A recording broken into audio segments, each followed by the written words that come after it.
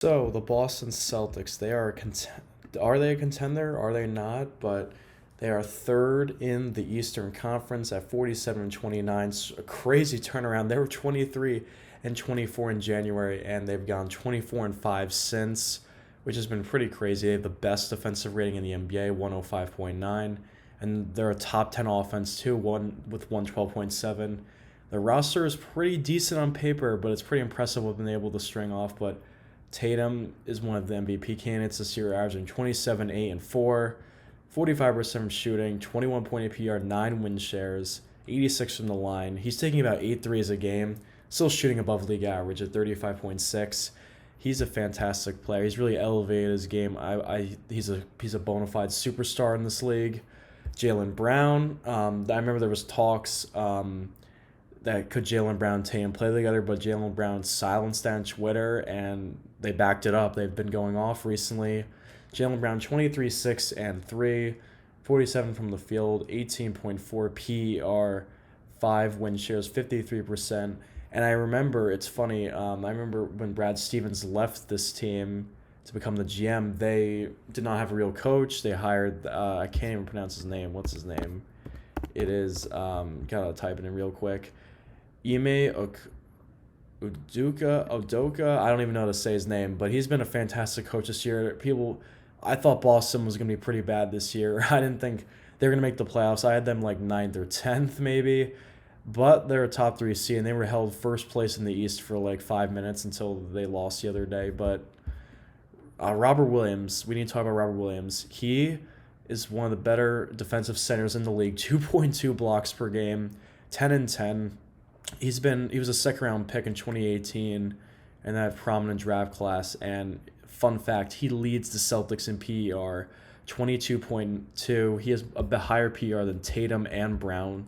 The most win shares on the squad, 9.9. That just shows how impactful of a defender and rebounder he is. He's finally blossomed into a good player. He could be maybe even an all-star in the future. 73.6 field goal percentage. I'm pretty sure that leads the NBA. 72% of the line, 73% efficient. And we all know Marcus Smart is a valuable role player. I know he takes a lot of crappy shots, and he always is just sort of a dirty player. I don't really like Marcus Smart. Does anyone really like Marcus Smart unless you're a Celtics fan? But he's been a great player this year. He's averaging about 13 points per game. Nothing much to say there. He's an all-time Celtic. He's been there for a while with those boys.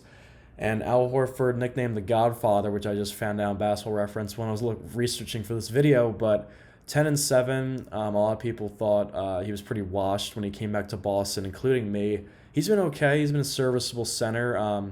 6.6 win shares, 16.2 PR, which is very impressive. He has more win shares than Jaylen Brown, which is kind of crazy to think about. And so Horford, Williams, everyone on this team knows their role that Jaylen and Tatum are going to create for others. They've been doing a better job of that this year compared to previous seasons. Horford can hit the 3 ball. Williams is a lob threat, and it's so unfortunate for Celtics fans because he tore his meniscus, which is awful because he was obviously, his impact was insane. I just went over that, and they have been looking for a rim protector for years. Al Horford's not really a rim protector. He's only 6'9". He's not that athletic anymore. He's like 30. He's getting up there in age. He's 35. But Robert Williams, that's a big loss because when you face people like Joel Embiid, Bam Adebayo in the playoffs, all those guys, the Raptors have decent big men, a lot of tall people.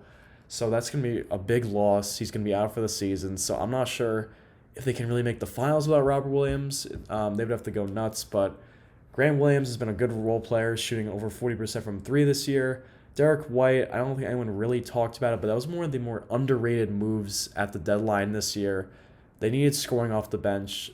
They got that with Marcus Smart. They added Derek White, who carried a decent offensive load in San Antonio for those years. His percentages aren't great, but he hits a lot of big shots. He can go off some games, and you need guys like that in a playoff series, like the J.J. Redicks of the world, shooters that can get hot. They can carry the offense for like a 5-minute stretch, a quarter when the bench unit's in. That's exactly what Derek White is, and he's he's pretty good at that. So the Celtics are third right now. They will be facing the Raptors in the first round, the 6th seed, and I think that'd be pretty easy for the Celtics to win that series. They're the 3 seed right now. The Bucks are second. The Heat are first. I definitely think the Celtics could beat the Heat in a playoff series. The Heat are kind of fraudulent. The Heat's roster, the Heat's roster is better on paper, but I like the Celtics star power. Tatum and Brown are better. They're both better than me than Jimmy Butler at this point.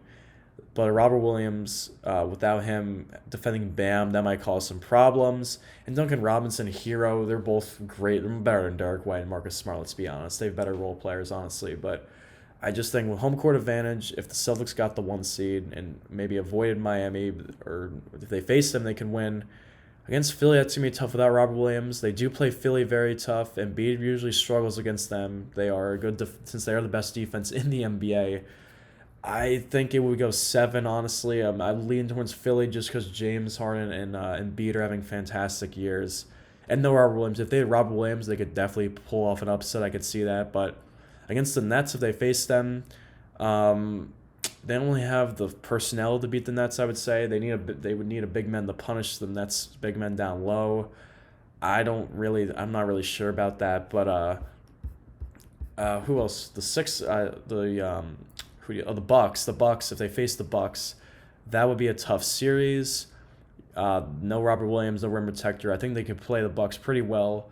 Tatum and Brown gotta hit a lot of shots if they're gonna want to win that series. But with Robert Williams, it would be a close series. But without, I think they're screwed. I think they lose in like 5 or something. They never really played that well against the Bucks. Besides that 1 year in 2017 where he was a one-man team, and they didn't have Drew yet, and Middleton was all right. They were just sort of blossoming into the team they are now. But yeah, the Celtics kind of are contenders. If Robert Williams didn't go down, I would put them in that category with the Suns, Warriors, Philly, the Bucks, maybe Utah's in there. Actually, probably not. The Celtics are definitely better than Utah at this point in the season. Utah just blew a 25-point lead. But anyways, comment down below what you guys think. Are the Celtics going to be contenders? I would say no as of right now, just because of the Robert Williams loss. That's huge, unless they could sign some guy off the street that can provide a role, but I don't think it's possible. And I think this team is still missing a third star to anyway win a title.